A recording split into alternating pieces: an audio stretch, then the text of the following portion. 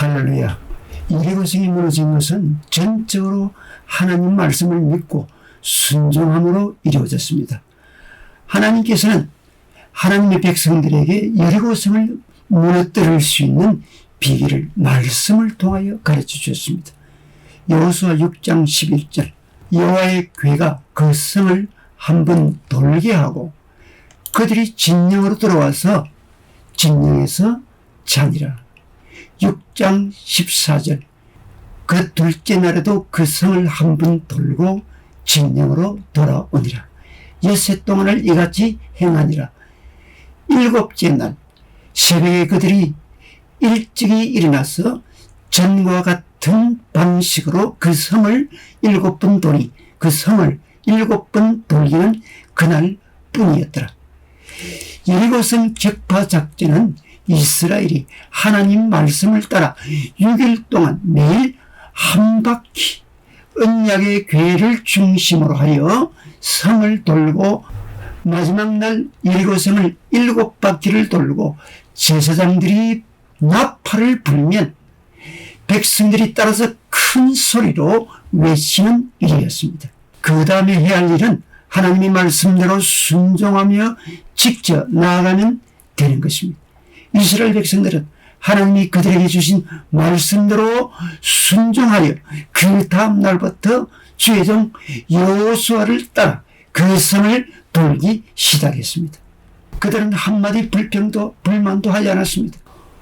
오직 하나님의 말씀에 순종만 하였습니다. 하나님께서 어떻게 하실지는 정확히 몰랐습니다. 그러나 그들은 하나님의 말씀만 믿고 묵묵히 순종했습니다.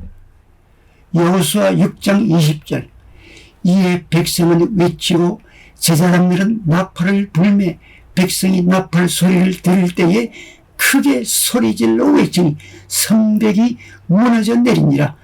백성이 각기 앞으로 나아가 그 성에 들어가서 그 성을 점령하고. 사실 이스라엘 백성들은 지금 힘이 없습니다. 전투력 역시 없습니다. 무기도 역시 역부족입니다.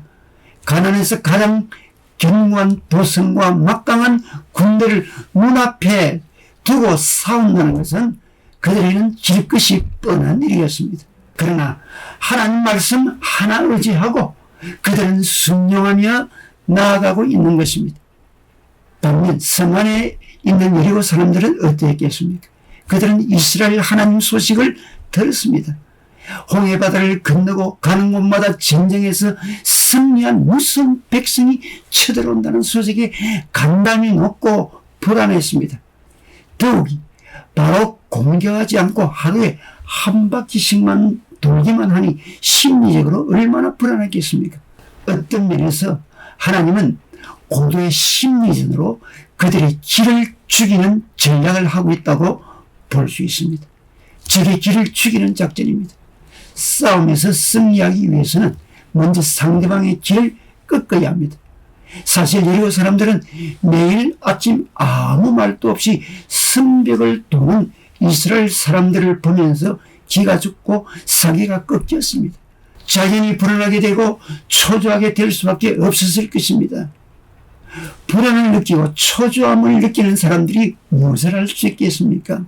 그들은 아무것도 할 수 없었습니다. 이스라엘은 하나님 말씀을 따라 언약궤를 중심으로 여리고성을 돌았습니다. 이것은 말씀 중심으로 성을 도는 작전입니다. 또한 이것은 우리가 말씀 중심으로 살아야 함을 보여줍니다. 마지막 날 여리고성 7바퀴를 다 돌고 제사장들이 나팔을 불 때 백성들이 따라서 큰 소리로 외쳤습니다. 이는 승리의 함성이요, 기쁨의 함성이요, 축복의 함성이요, 영광의 함성이었습니다. 하나님 말씀만 믿고 순종하는 자에게 여리고성은 무너질 수밖에 없었습니다. 이스라엘 백성들이 하나님의 말씀에 순종하여 여리고성을 7일 동안 묵묵히 돌았듯이 우리도 하나님의 말씀에 순종하여 기도해야 합니다. 여리고성은 칼과 창으로 무너지지 않았습니다. 속임수로 무너진 것도 아닙니다. 하나님의 방법으로 무너졌습니다. 하나님의 말씀에 순종함으로 무너뜨렸습니다. 캐나다의 가난한 집에서 태어나 당대 거부가 된 깁슨이라는 사람이 있었습니다. 처음에 그는 물방앗군 심부름꾼으로 가든 고생을 겪으면서 언제나 자신에게 주어진 일에 최선을 다하여 거부가 되었습니다. 산림 20만 에이커와 철도 280마일, 어마어마한 재산을 소유하는 부자가 되었습니다.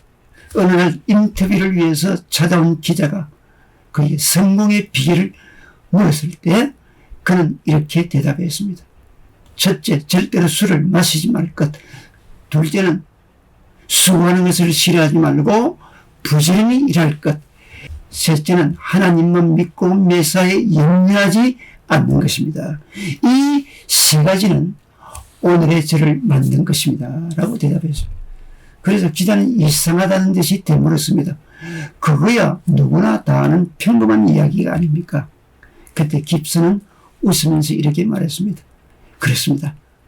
하지만 알고 있다는 것은 중요한 것이 되지 못합니다. 누구나 다 아는 평범한 진리지만 실천하지 않는다면 무슨 소용이 있겠습니까? 우리 모두 하나님의 말씀을 그대로 믿고 순종함으로 우리 앞에 나타나는 모든 문제들, 여리고성을 무너뜨리는 믿음의 역사를 창조하는 성도가 되시기를 바랍니다. 아멘.